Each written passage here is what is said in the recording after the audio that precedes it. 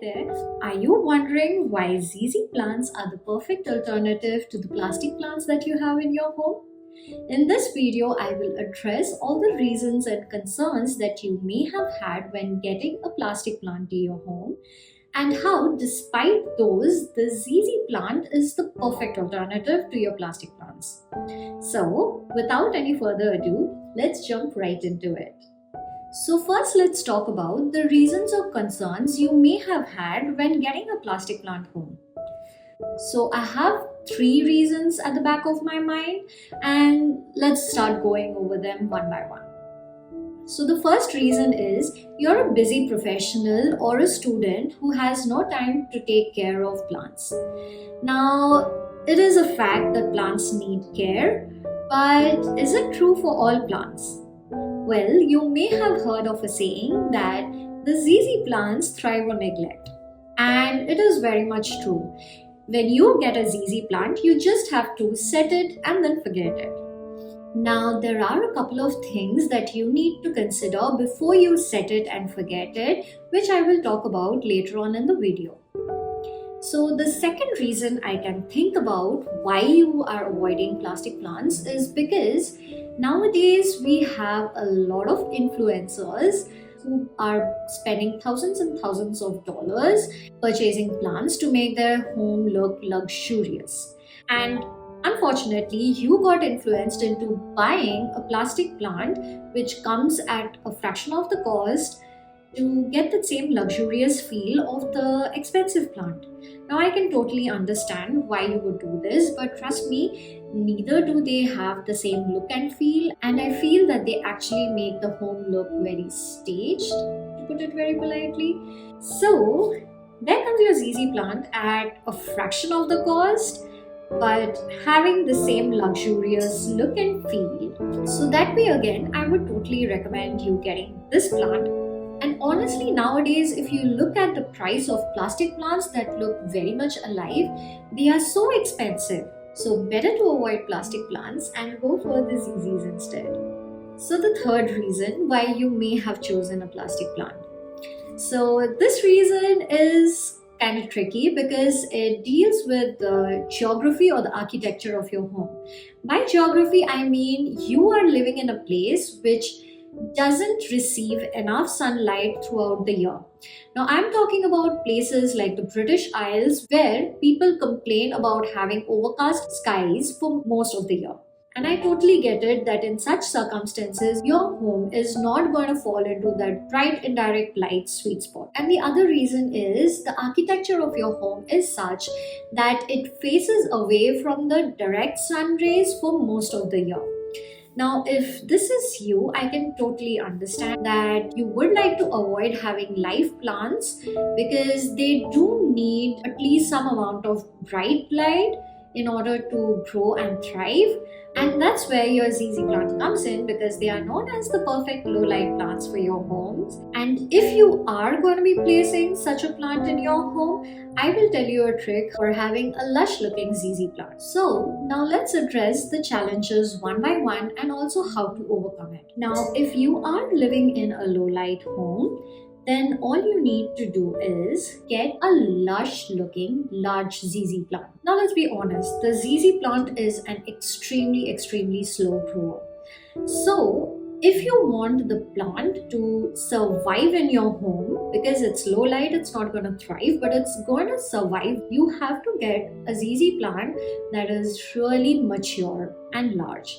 And honestly, I have seen ZZ plants about 3 feet tall being sold in the stores at a much affordable price point, something around $30 to $45. So that's what you want to do, get a really large mature plant so that it fills up the space you want to put it in, but at the same time doesn't make that location look cheap or ugly. Now, another hack for your low light home is that you can get the Raven ZZ, which, because of its nearly black leaves, can tolerate surviving nicely in a dark home with only artificial lighting. So another thing is, if you are getting the Raven ZZ, you don't have to spend money on getting grow lights and raising your electricity bill again. So you could opt for this one for the same look and feel. Now, if you do have a home which receives bright light for most part of the day and the year, you could opt for a smaller size pot at like less than $10. I think this should be like 5 or something. And you could just place it in a highlight area and then have it grow in your space in the long run. Now, I will tell you to buy the specimen in a condition that you really like looking at, because the ZZ plants are such slow growers that there may be times when you don't like how the plant looks. Now, I will be very honest, that was me when I got this plant, and it was of much shorter height.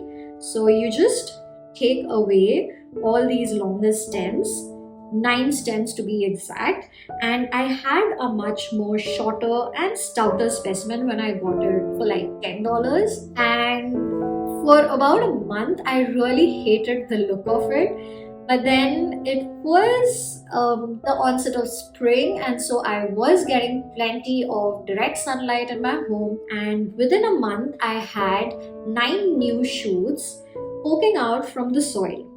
And then 9 months later, here they are, all lush and green. So I would say that chances are you may not get as lucky as me. So buy the plant in a condition which you like looking at. Okay, so there goes the part about light.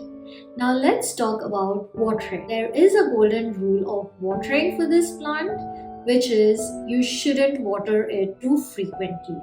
That's it. Now, because this plant does not need frequent watering, you can just leave this plant on its own, and actually, to make your life even easier, this plant is very tolerant of scheduled watering. Now, you may have heard certain plant gurus say that you need to not water your plants on a schedule. That's not true for this plant. For instance, like in my case, I water this plant every 2 months. Now, as a result, I don't have to constantly keep checking the soil, whether it is wet or dry, because within 2 months you are going to have a dry soil. My plant gets plenty of bright indirect light, so that is the schedule which I follow. If you live in a home that receives low light, you could water it every 3 to 4 months and still have your plant looking at its best. Now, you have to build this system yourself because not all homes are same. So, depending on how much light your home receives, you do have to adjust that schedule. Now, that is because if your home receives low light, it is naturally going to photosynthesize less, and therefore it would require even less water. And by the way, these plants do store a lot of water in small potato-like organs which are called the rhizomes, which stay beneath the soil. So that is why they are very drought tolerant. In fact, in one of the channels called Sheffield Made Plants, I did see a video where Mr. Sheffield went without watering his ZZ plant for like 10 months. I would advise you to avoid such extremes because I'm not sure whether that would put the plant in some sort of a stress other than making the soil completely hydrophobic as well. But yes, do adjust the watering schedule based on your home. So like I water this plant every even month on the first Sunday morning. So that would be the first Sunday morning of February, April, and so on. But if you are too busy to forget that as well, what you could do is just poke your finger in the soil, see if it has dried completely, or you could use a moisture meter or even a wooden skewer stick. So your moisture meter will directly tell you whether your soil is wet, moist, or dry. And if it reads dry, you can go ahead and water it. Or if you are using a wooden skewer stick or your finger, you just need to make sure that there are no soil particles sticking to the stick or your finger. That way you know the soil is completely dry and you can go ahead and water it. Now here I would say that is the schedule I follow only for my larger ZZ plant. For my smaller ZZs, I do water them every month instead of every 2 months. So now that we've touched upon what sort of plants to buy, what sort of light to give it and how frequently to water it, let's move on with the soil. So the most important thing that you have to remember about the soil is that you need to make sure that the soil is very, very well draining. So that would mean that you do not use the regular potting mix. If you do, I would suggest that you amend the soil with lots and lots of perlite, pumice, and orchid bark, or even lava rocks. They are good as well. So a very well draining soil is what you want, so that again you minimize the risks of overwatering. Now, talking about the soil would be incomplete without talking about the pot in which you put these plants. Now, if you do realize that you are at a risk of overwatering, I would suggest that you plant these in terracotta pots.